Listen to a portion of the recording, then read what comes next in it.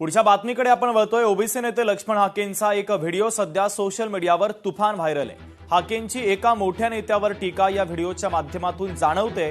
हाकेंचा रोख नेमका कुणाकडे आहे याचीच चर्चा सध्या राज्याच्या राजकीय वर्तुळामध्ये सुरू झाली आहे। तो पुतण्या आणि मुलगा मुख्यमंत्र्यांना भेटायला गेले होते, त्या नेत्याचं बोलणं मला खूप खटकलं होतं असं या व्हिडिओमध्ये हाके म्हणताय। त्यामुळे आता हाकेंचा रोख नेमका कुणाकडे आहे याचीच चर्चा सध्या महाराष्ट्राच्या राजकीय वर्तुळामध्ये रंगलेली आहे। त्याला आपल्या मागे फरक व्हायला लागला, पण तिथे कसं आहे, त्याच्यावर हाई यंत्रणा, त्याच्यावर हाय संघटना, मग ती मीडिया हँडल करणं, मग ते मोठा स्टेज डेकोरम देणं, मीडियाला प्रॉपर बातमी देणं चालत नाही। पब्लिक मॉक क्राऊड तो म्हणला आंदोलन करायचं नाही। मी दुसऱ्या दिवशी जाहीर केलं, महाराष्ट्रातल्या लोकांनी GR फाडावा कोणी करावी, रस्त्यावर उतरावं निवेदन द्यावं ना, काय करायचं नाही म्हणून माझ्या उपस्थितीत म्हणला ना आंदोलन थांबवा, त्याच्यावर सुधारणा नाही, पण आंदोलन थांबवा। बरं, हा मुख्यमंत्र्यांना दोन उपमुख्यमंत्र्यांना भेटायला गेलाय, घेऊन कुणाला गेलाय? स्वतःने स्वतःचा पत्नी आणि स्वतःचा पोरगा, तिघजण, हे तिघजण आणि ते तिघजण, आणि सगळेच सांगते ते तिघजण होते, आम्ही तिघजण होतो। लय मला खटकलं होतं ते वाक्य, पण आता जाऊ दे म्हणलं। आपल्याला फक्त करणार, फक्त मला असा अंदाज आहे, फक्त करणार आपल्याला राहू शकते देवेंद्र फडणवीस, पंकजा मुंडे आणि बावनकुळे।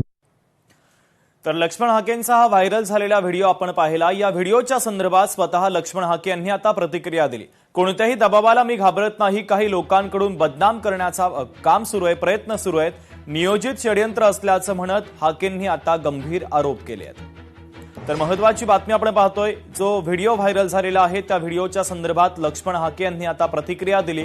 कोणत्याही दबावाला मी घाबरत नाही असं प्रतिक्रिया देताना लक्ष्मण हाकेंनी म्हटलेलं आहे।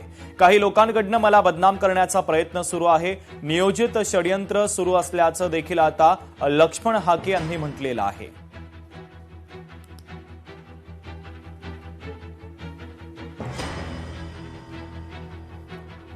तर व्हायरल व्हिडिओच्या संदर्भात लक्ष्मण हाके यांनी महत्त्वाची प्रतिक्रिया दिली आहे। कोणत्याही दबावाला मी घाबरत नाही असं लक्ष्मण हाके म्हणतायत। तर काही लोकांकडनं मला बदनाम करण्याचा प्रयत्न सातत्यानं केला जातोय आणि नियोजित षडयंत्र असल्याचं देखील हाकेंनी म्हटलेलं आहे।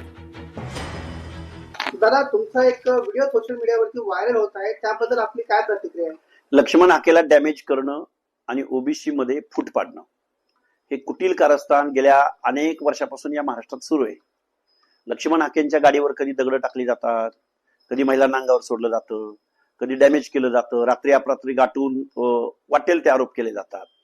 पण लक्ष्मण हाके असल्या गोष्टींना भीक घालत नाही। अरे, आमदार, खासदार, मंत्रीपद, राजकारण ह्या गोष्टींना भीक घालणारा कार्यकर्ता नाही, रस्त्यावर भेटणारा कार्यकर्ता आहे। लक्ष्मण हाकेला डॅमेज करायच्या भानगडीत पडू नका, हा माझा, हे जे काही कुटील कारस्थान आणि चिल्लर चाळे करणारी लोक आहेत ना, त्यांना माझा इशारा आहे। भुजबळ साहेब माझे नेते आहेत, राहणार आहेत। भुजबळ साहेबांना मला काय बोलायचं असेल तर मी जरूर बोलेन, पण ओबीसीचं आंदोलन, ओबीसीच्या प्रश्नावर लढताना लक्ष्मण हाके कुणालाच भीत नाही ना। आमच्यामध्ये फूट पाडणं किंवा भुजबळ साहेबांच्या मनात माझी इमेज खराब करणं किंवा ओबीसी मध्ये फूट पाडणं हा कुटील डाव आहे, हे आम्हा सगळ्या ओबीसी बांधवांना माहिती आहे। कॉकरोच जनता पक्षाचे संस्थापक अभिजित दिपके यांनी नीट परीक्षेच्या घोटाळ्यावरून शिक्षण मंत्री धर्मेंद्र प्रधान यांच्या राजीनाम्याच्या मागणीसाठी 11 जून रोजी पुण्यामध्ये आंदोलन करणार असल्याची घोषणा केली। दिल्लीमधील जंतर मंतर येथील आंदोलनानंतर कॉकरोच जनता पक्षाचं हे दुसरं आंदोलन पुण्यामध्ये होणार आहे। कॉकरोच जनता पक्षाचे संस्थापक अभिजित दिपके आणि पक्षानं ही आंदोलनाची हाक दिलेली आहे।